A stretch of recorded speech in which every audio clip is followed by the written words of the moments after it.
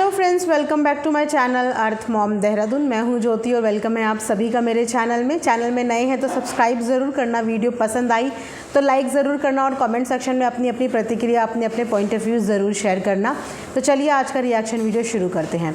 तो अभी थोड़े दिन पहले बहुत ज़्यादा इस चीज़ को लेकर बवाल मचा था कि कृतिका ने पायल को अलग करवा दिया है अरमान से, और कृतिका शिफ्ट हो गई है दिल्ली, बच्चों को लेके पायल से अलग हो गई है।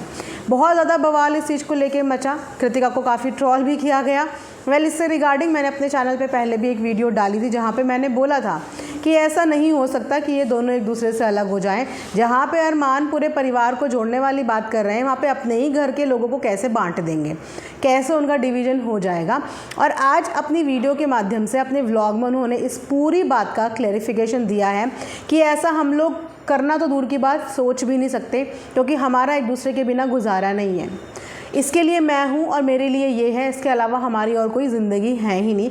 तो हम इस सिनेरियो से पहले भी गुजर चुके हैं, तो हम बिल्कुल भी ये चीज़ फ्यूचर में कर ही नहीं सकते। इनफैक्ट गोलू ने तो इतनी बड़ी बात बोल दी कि मरते दम तक हम लोग साथ ही रहेंगे, हम लोगों को कोई अलग नहीं कर सकता। तो यहाँ पे बहुत सारे जितने भी पायल के सब्सक्राइबर हैं, जिन्हें पायल के लिए बहुत ज़्यादा कंसर्न हो रहा था कि पायल के साथ नाइंसाफ़ी हो रही है, गोलू ने अलग कर दिया, तो उनके सब्सक्राइबर को आई थिंक अब बहुत सुकून मिल गया होगा कि ऐसा कुछ भी पायल के साथ नहीं होने वाला। जैसे कि मैंने पहले भी बोला था कि पायल घर की बड़ी है और बहुत सारी चीज़ों में डिसीज़न मेकिंग रखती है। आपने देखा होगा कि जब भी कोई इंपॉर्टेंट डिसीज़न लेने होते हैं, चाहे वो बिज़नेस से रिलेटेड हो, चाहे वो घर से रिलेटेड हो, हमेशा वहाँ पर पायल की ही डिसीज़न मेकिंग चलती है, क्योंकि मैच्योरिटी लेवल में थोड़ा सा कृतिका से पायल मैच्योर है। तो वहाँ पे अब वापस से कृतिका और पायल की जोड़ी हमें वापस से साथ देखने को मिल गई है। अब कन्फ्यूज़न ऑडियंस के माइंड में ये था कि इन्होंने बोला था कि हम दिल्ली ही रहेंगे और शायद हमें 20-25 दिन दिल्ली रहना पड़ेगा। तो आखिर ऐसा क्यों बोला गया था, इस चीज़ के बारे में भी बताया गया है। वो इसीलिए बोला गया था कि पायल का पासपोर्ट का काम ऑलरेडी हो गया है और बहुत जल्दी ये लोग इंटरनेशनल ट्रिप प्लान करने वाले हैं। लेकिन कृतिका के पास पासपोर्ट नहीं था और पासपोर्ट बनाने के लिए इन्होंने दिल्ली रुकना था। उसी के साथ साथ इनके कुछ अपकमिंग प्रोजेक्ट्स भी बहुत जल्दी आने वाले हैं, जिसके बारे में इन्होंने अभी खुल के नहीं बताया है, बट कुछ हिंट्स हमें दे दी है कि कुछ अपकमिंग प्रोजेक्ट्स हैं इनके जो लाइंड अप है और ऑडियंस को वो प्रोजेक्ट बहुत ज़्यादा पसंद आने वाले हैं। खुल के नहीं बताया कि क्या पर्टिकुलर वो प्रोजेक्ट है, बस येस थोड़ी बहुत हिंट लगी है। कुछ वेट लॉस से रिलेटेड प्रोडक्ट्स हैं जो आने वाले टाइम पे हमें देखने को मिल सकते हैं। फिलहाल इन दोनों की जोड़ी को कुछ भी नहीं हुआ है, इन लोगों की जोड़ी एज इट इज़ है। और अरमान ने भी इस बारे में बहुत ही अच्छा एक प्रैंक वे में बोला था कि पायल, मैंने सुना है कि तुझे छोड़ के हम लोग चले गए हैं और बच्चे भी ले गए हैं।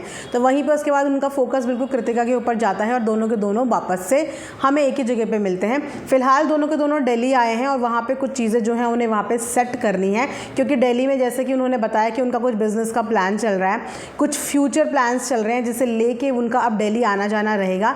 इसीलिए उन्होंने दिल्ली पे एक रेंटल प्रॉपर्टी ली। अब बच्चों को लेके जाने का मकसद और मतलब वहाँ पे इसलिए था, वो देखना चाहते थे कि क्या बच्चे इस एनवायरनमेंट में, इस फ्लैट में कंफर्टेबल हैं, क्या यहाँ रह पाएंगे। लेकिन उनका वो प्लान फ्लॉप हो गया, क्योंकि अकॉर्डिंग टू गोलू और अकॉर्डिंग टू पायल बच्चे उस फ्लैट में कंफर्टेबल नहीं हो पा रहे हैं, क्योंकि उस फ्लैट में उस तरीके की प्रिकॉशन नहीं है जिस तरीके की उन्होंने अरेंजमेंट अपना चंडीगढ़ वाले फ्लैट में किया हुआ है। वहाँ पर बच्चों को हर तरीके से रिस्क है। आप जानते हैं कि जब बच्चे वॉक करना शुरू करते हैं तो वो बहुत उद्दंड मचाते हैं, और वहाँ पे माँ को 4-4 आंखें रखनी पड़ती है बच्चे के लिए। और घर जब हम बनाते हैं तो वहाँ पे हम पूरी प्रिकॉशन के साथ हर चीज़ उसी तरीके से मैनेज करते हैं, कॉर्नर्स पे ध्यान देते हैं, क्योंकि बच्चे अब वॉक करना शुरू करेंगे तो कहीं ना कहीं चोट खा लेंगे। तो उस हिसाब से इनका जो दिल्ली वाला जो उन्होंने रेंट पे लिया है फ्लैट, वो उस तरीके से भी प्रिपेयर नहीं है। इसीलिए बच्चों को लाने का प्लान इन लोगों ने फ़िलहाल के लिए कैंसिल कर दिया है कि बच्चों को लाने वाली अभी ये जगह नहीं है।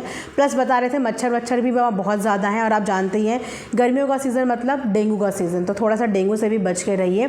तो ये पूरी की पूरी अपडेट थी कि मलिक फैमिली की दोनों जो महारानियाँ हैं, जिसको कुछ लोग नौकरानी और महारानी में तोलते हैं, फ़िलहाल दोनों महारानियाँ ही हैं, क्योंकि उनकी जो लग्जरी लाइफ देखने को मिलती है और उनकी जो लाइफस्टाइल देखने को मिलता है, उससे ना तो कोई नौकरानी लगता है। इनफैक्ट दोनों बच्चों की बर्थडे की प्रिपरेशन भी हो रही है। अभी जब जैद का बर्थडे सेलिब्रेट हुआ है, पायल ने खुद बताया है कि हमने कुछ डिसीज़न लिए हैं बच्चों के लिए, जिसमें हमने ये डिसाइड किया है कि हर बच्चे का फर्स्ट बर्थडे हम लोग बहुत धूमधाम से मनाएंगे।